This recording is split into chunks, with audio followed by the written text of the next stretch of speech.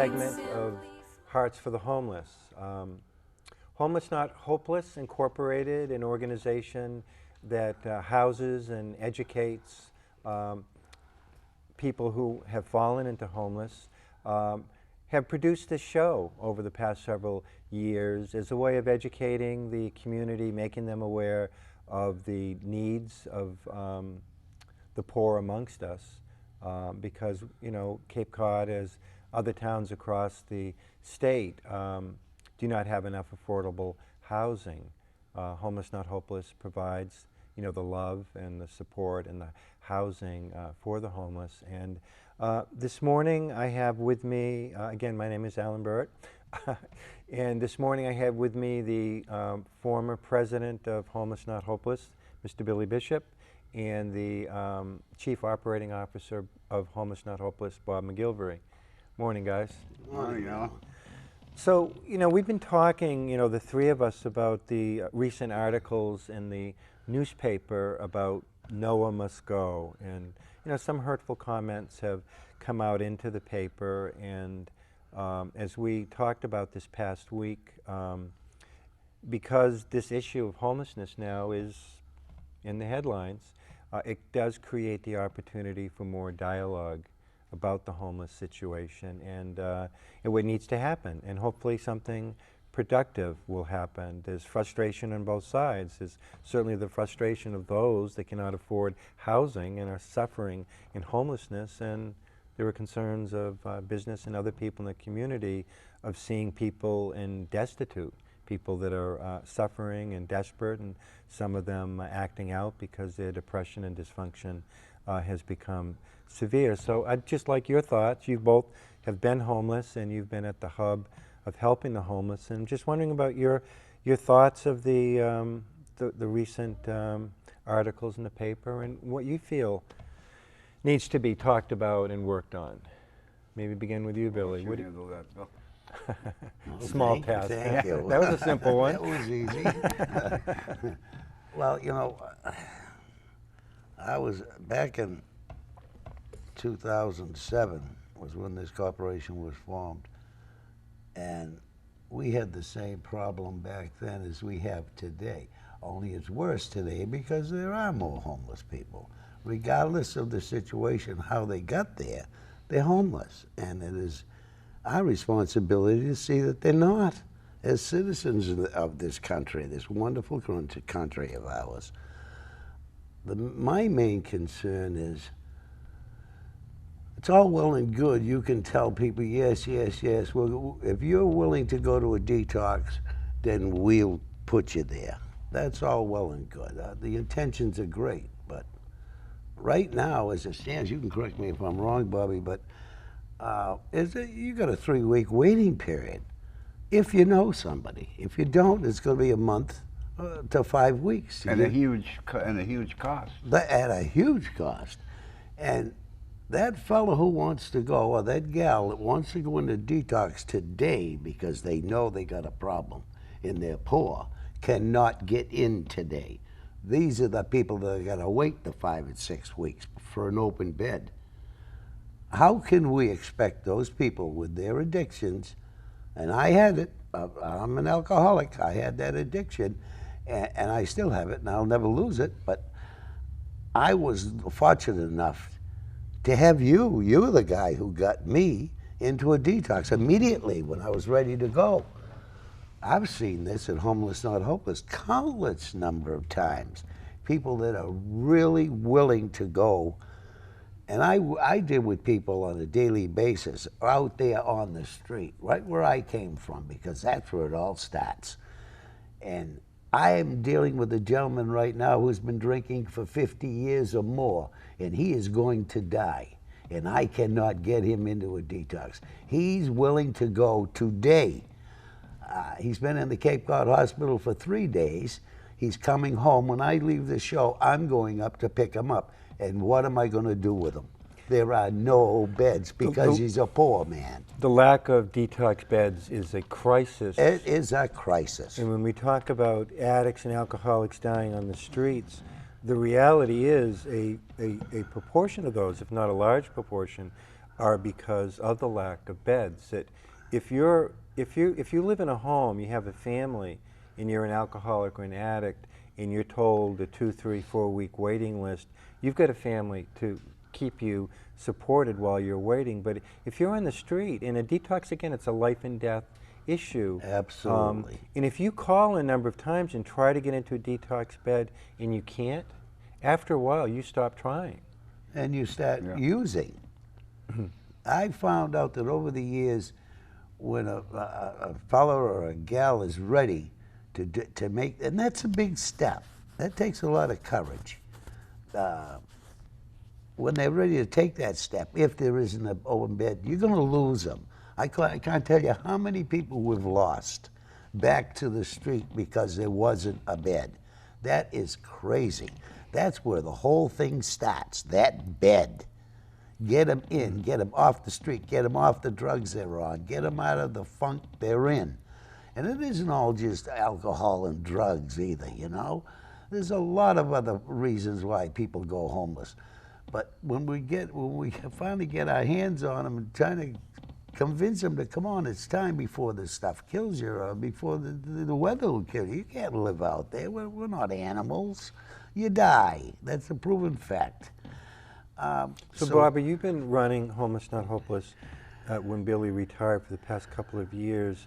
So We run into a lot of what we run into is we get people in our houses that they finally feel that they're ready to quit, and some of them find out they're not as ready as they thought they were. They have a relapse. They start using again, and so many times we'd like to get them back to get them into a detox or someplace that will help them immediately. And again, there's so few beds, and if you do get them in, the detoxes want $6,000 for the bed. There are only so many state beds available, and there's so many people out there needing the help that they don't come available to very often, and a lot of them, we lose a lot of them. They wind up to a point where and then when they have that relapse and they go back out and try and get into a detox and can't, now they're back to using on a full-time basis, and it creates, it's a big circle. This is why we have, I know you got the same heart I got. You have too, Ellen, but this always broke my heart. Somebody relapses and they get thrown out of the program they're in, one of our homes. We can't stand the behavior any longer, so we have to do something with them. And you have to go someplace else. You're just non-compliant to whatever the situation is. And as soon, this is why I hated to kick anybody out, as soon as they go out that door, I know what's on their mind. They're right about then, they're homeless again. They're desperate. They're down. I failed again. I've been through it, I know. You feel absolutely horrible, so what do? You go back to the old habits. But the good news is most of the people that come to Homeless Not Hopeless do make it. Yes, they do. It's just that it breaks your heart, the few that yeah. need to get into detox. You can't find the detox. There's The no help isn't there. beds. And the beds that are what, $9,000 a month, $6,000 a month? $6,000 and up, People yeah. who are getting Social Security checks can't pay that kind of money. We have the drug and Mass alcohol. Health, let me finish. Mass Health only going to cover 3 or 4 days if Right. you're lucky. Yeah. If a guy's been drinking 10 weeks, he needs more than 3 or 4 days in a detox to get his head right. I remember, I think it was 2003 when the law changed. Before then, Mass Health would cover people beyond the 3 days. Short and waiting long term. for the bed. So wouldn't it be something if that law could at least be reverted back to that, at least for the homeless? Maybe people that have homes can wait, but if you're chronically homeless and you go into detox, it should be paid. I wouldn't have made it if it wasn't for Mass Health.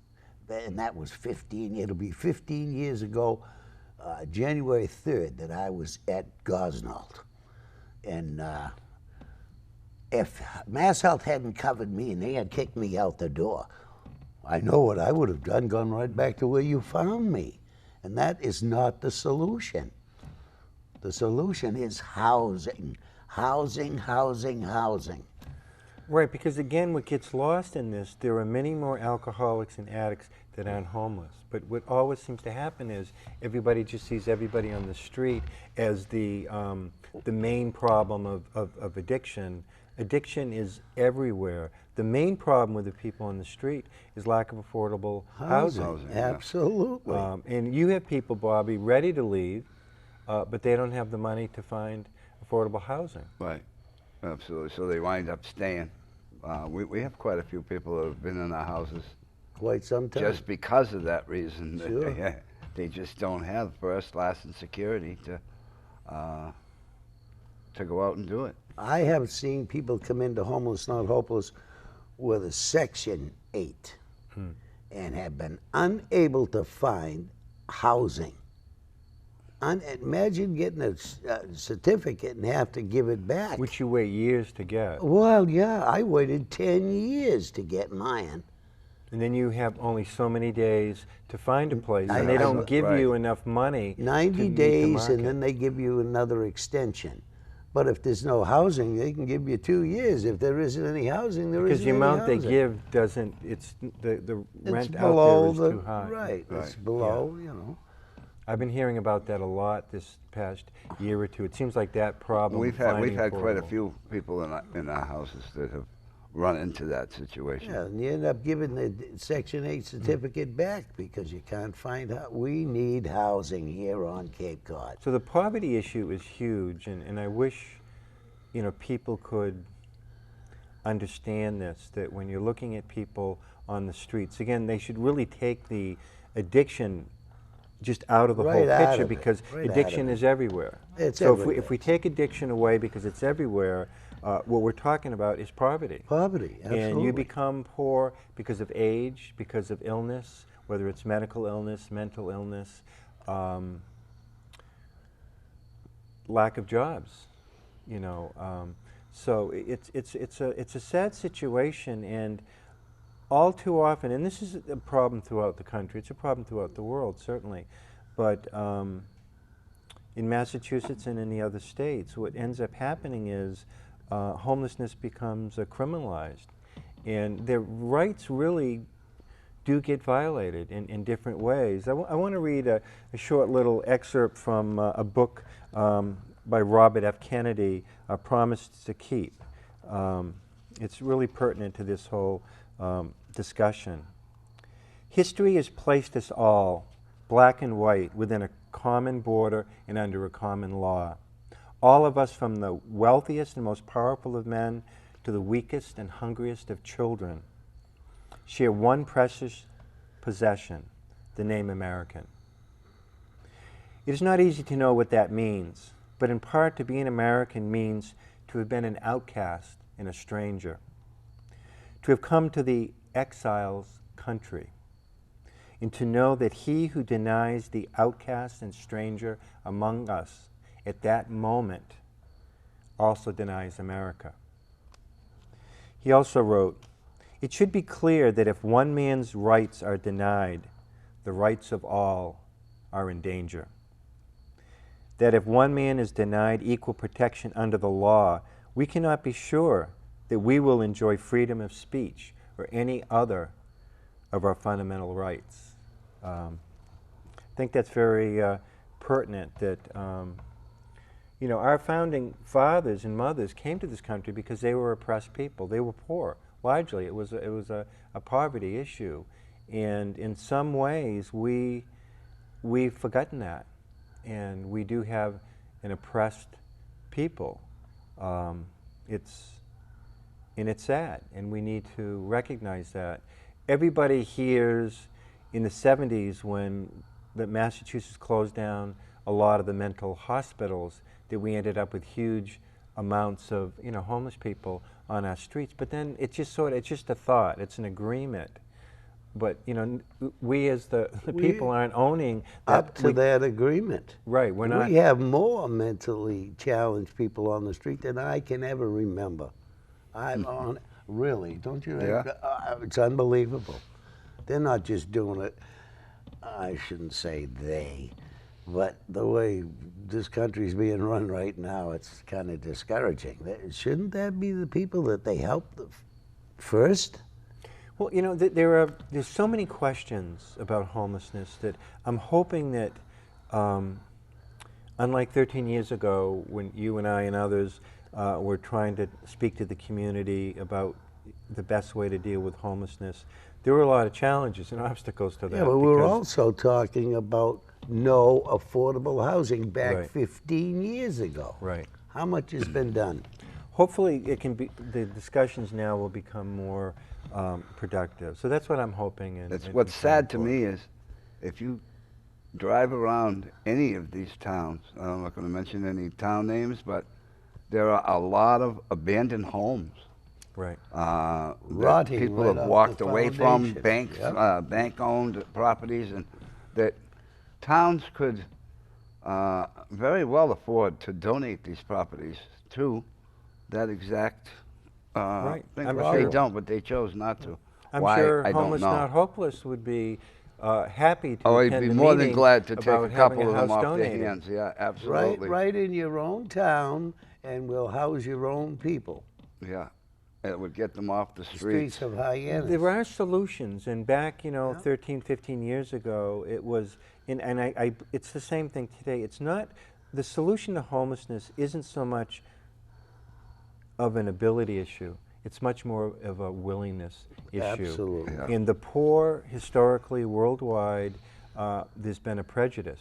The haves versus the have-nots. And the people at the bottom suffering makes people that have uncomfortable. And rather than meeting the challenge, the spiritual challenge of helping those most in need, we don't want to look at it. We want them out of sight, out of mind. Yeah. And we all get hurt. It's Well, not just the homeless and the oppressed that get hurt. We're hurt when we turn our eyes away from reaching out with love and kindness. We hurt ourselves and we hurt our children, because we want to be role models for our children, that we are the kind of people and family and community that helps people in need. And there's so many prejudices out there about the homeless, that they're lazy, no good for nothing bums. Well, we've known so many of the homeless over the years, wonderful human beings. And they have fallen into hard times, they fall into darkness, some of them so deep in darkness that they end up dying. And we can't honestly say, as a Cape Cod community or a state community or a national community, that we really have done enough. And that's what I'm hoping is going to Wouldn't it be come out. wonderful, really? I think of this often.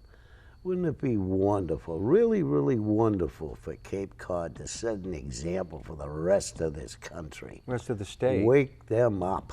Yeah. Well, you know, I think the death toll up to now for homeless people, It's over 20. I think it's up closer to 40. Yeah. this year? Oh, Yeah. yeah. Last I heard, there was 37. Yeah. And I'm yeah. sure there's more now. People are dying on our streets every day. Every day, yeah. And there are some numbers that of people that die that we're not even aware of. But, I mean, there's a lot of questions, and there's not enough solutions. But if the town managers, because the town of many- Barnstable have asked for this for years, for the other town managers on Cape Cod to sit at a table and recognize, and it has been proven, it's a county issue. It's not a Hyannis issue. Oh, no. The town of Barnstable can't deal with this themselves. All the towns need to contribute. But, there are solutions. I mean, Cape Cod has approximately 250,000 people. If somehow the towns could pass some kind of a law or a tax that everybody needed to donate $4 a year to address homelessness in Cape Cod. So if you're a family of 4, you'd have to pay $16 to address homelessness in Cape Cod, which might benefit you if you run into That's right. problems. If you That don't would like be, looking at them. that would be $1 million a year. That's right. $1 million And if we a add the about another 250,000 of visitors, some kind of a $4 tax, Tax, then it would Yeah. be $2 million. We Yeah. would That that would in add and up of itself. quick. Yeah. I mean, to ask every person on Cape Cod to give, you know, $4 or $1 would be huge. So Yeah. there are solutions. It's a willingness. It's not an ability issue at all. I'd like to see. It's a caring. I look at it as a caring. How much do you really care about your fellow man? How much do you really care about your daughter being on the street homeless, or your son? Pitch in. Everybody help out here. Lord knows, homeless not homeless. We've had our nose to the grindstone, and we're willing to do more, but it costs money. That's all there is to it, you know. And the folks down here, we got some awful wonderful people. When I was homeless, I had pretty much given up on the people of Cape Cod. I thought nobody cared, but I learned a lesson. There's a lot of nice people, giving people, but those people are giving their time, their money, and how much can you ask for a certain amount of people? The other people on Cape Cod who love this Cape Cod like I do, everybody kick in a little bit. We'll lick this problem, and we can set an example for this whole country. Yeah. Somebody needs to get out there and to get it started, though. Darn right. You know, you can't depend on the same people all the time. One thing, that's right. They get tired. Yeah. And they get discouraged. One thing I have noticed that kind of makes me happy deep down inside in my heart is everybody's talking recovery now. They're talking kindness. They're talking, don't throw anybody out. You got to give them every break you can. We've been doing that for how long? Yeah. We started that whole damn thing. Maybe somebody was listening. I don't know. Well, as you know, you and I have talked But it about worked for me. recovery is like learning how to skate. Yeah. There's going to be some slips and falls along the absolutely. way, but you know, you keep teaching them, which Homeless Not Hopeless does, because it's not just housing at Homeless Not Hopeless, it's education. Absolutely. All right, you've had a slip and fall. Let's look at what happened and let's try to, You avoid have it somebody there to again. pick them up. That's right. Yeah, absolutely. So there are solutions, and I'm hopeful that, you know, it's when first these headlines started to come out in the negative kind of statements, I was, you know, really saddened. But it does create again the opportunity to open up the issue again, because it has been kind of quiet. Yeah, well, they say the shelters, Noah's got to go, and as long as it's going, if they just move it somewhere, that hopefully something good might come out of this. Right, and I spoke with Rick Presby this morning, and nobody has done more for the homeless than Housing Assistance Presby, Corporation. Right, absolutely right. And Rick has said for years, and he restated to me this morning that it would be wonderful if you could get the support of all the towns, the community, to help Housing Assistance move the shelter to a bigger facility with some housing on it. It would be a comprehensive program that could help the people on the street. That would be absolutely wonderful. So I think we have the same goal. Unfortunately, there's some people's goal is less kind than that. But you know, as far as I'm concerned, whatever it takes to get a bigger and better facility, We have to do it. and I'd like to hope that the legislators can get involved in places like Cape Cod that do have a shelter and are addressing homelessness to the best of their ability. They should be awarded, you know, with funds, and communities that aren't addressing it should not be awarded. Maybe some funding from other parts of the state should be lost and given to Cape Cod and other communities like Cape Cod that are trying to address this issue. But we've only got a couple of minutes left, and I just also like to speak to the people of faith, because you know, we've got 150 churches on Cape Cod, and you know, it seems that we're always, you know, hoping that the local leaders, the state leaders, the national leaders are going to better address the needs of the poor, better address the needs of the mentally ill, our veterans. And it never really seems to happen, because there's so much, you know, debate. We just keep debating it, and there's so much prejudice out there that it makes it hard for legislators to, you know, really move forward in the best direction. They're good people too, but we as the Cape Cod community and every other community in the state and in America has individuals, and especially to the people of faith, and not just the people of faith, but there's so many of us, and there's so much more that can be done.